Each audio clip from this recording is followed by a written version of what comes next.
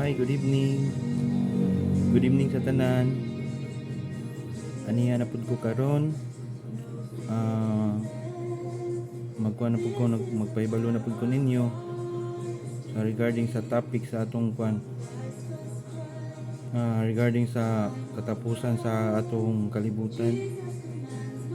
Ug ako sang explain ninyo sa may tabo sa atong Pilipinas, sa may tabo sa kalibutan. So, sugdon na ko sa kuan.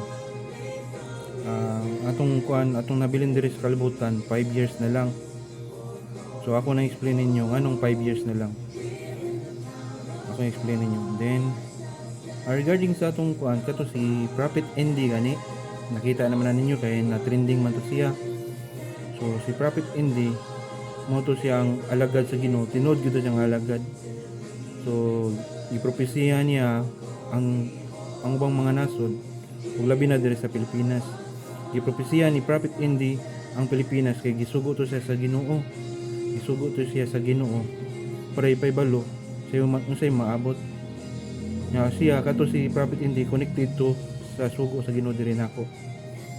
So nakita man ninyo katong giingon ni Prophet Andy nga kanang dunay mo kuan mo bagong gipili ang Ginoo nga mga leaders diri sa Pilipinas, sa politics, sa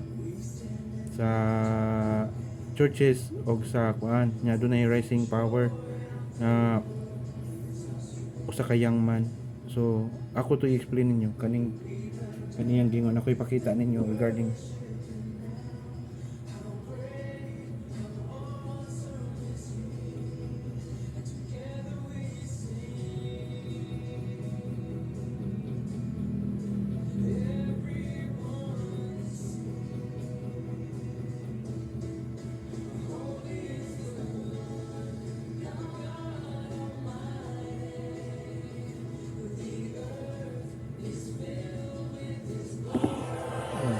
I saw this season God raising new leaders in the Philippines, both in politics and in the church.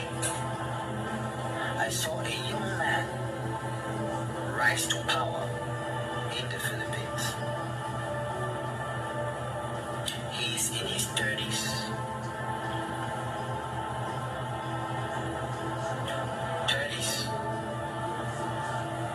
I said a young man in the Philippines rising to power, becoming very influential in the Philippines, and he knows God. He knows Jesus a lot. And God is going to use that young man. so mo ni siya.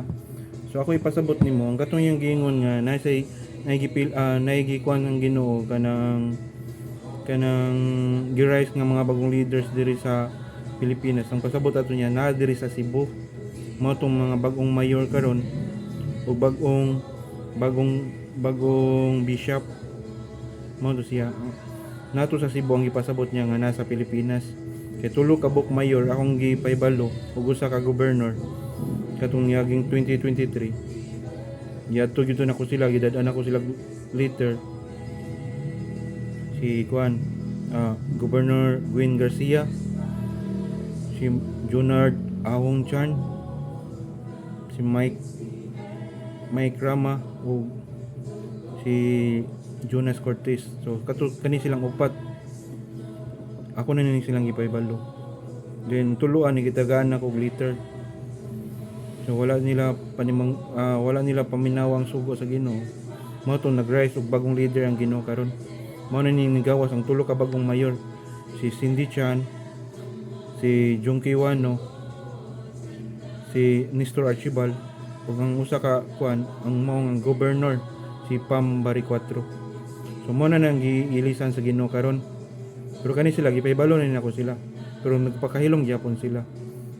Then mo to ang churches nga leader nga ipasabot ngadto ni Prophet Andy mo to ang bishop karon. Kay kato si Bishop Palma nakaibalo na to siya.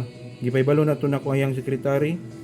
Nagaistorya na mi sa iyang assistant nga pare sa iyang kanang driver niya nakaistorya na to nako.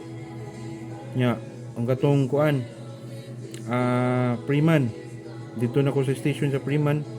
Then istorya na ako ngadto. Then ang katong reporter sa Freeman connected man to sa akong gistoryahan. So kay balo na po to sila. So kana si Jose Palma kay balo na siya. Mo nang ni-resign siya.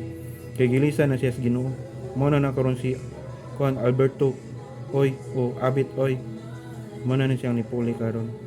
So gilisan niya og bagong churches nga leader o bagong mga leader sa politics. Then kauman kanang young man nga gipasabot nila diya karon. Mo na siya nga gitawag atong he is in 30s. Ako ang gipasabot ato. Ang gitawag ko niya atong March 14, 2023. Ang edad na ko ato niya is 39. Ang edad na ko atong panahon na sa March 14, 2023 is 39. Mo to siyang he is in 30s. Yan na siya nga hinus God and hinus Jesus a lot niya. God gonna use this young man. Kaya nga naman, kuan man siya kanang gitudluan man ko sa Ginoo pinagi siyang espiritu. Gitudluan ko niya nga makatultol ko niya kung sa iyang buot ipaabot nga to siyang mga katawan.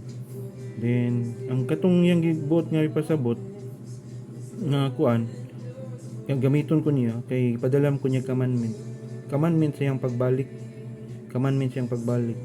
kay doon na may pausap sa tibok nasod. Kaya nga atong mga kuan atong pagtuog gikuan man siya gikurap man atong pagtuog gikurap pinagi sa daotang espiritu. So mo ni siya nya ako na explain kung unsay kuan sa Ginoo napay daghan ako ipa-explain ani nya dili lang sa kukutob. Bye bye, salamat.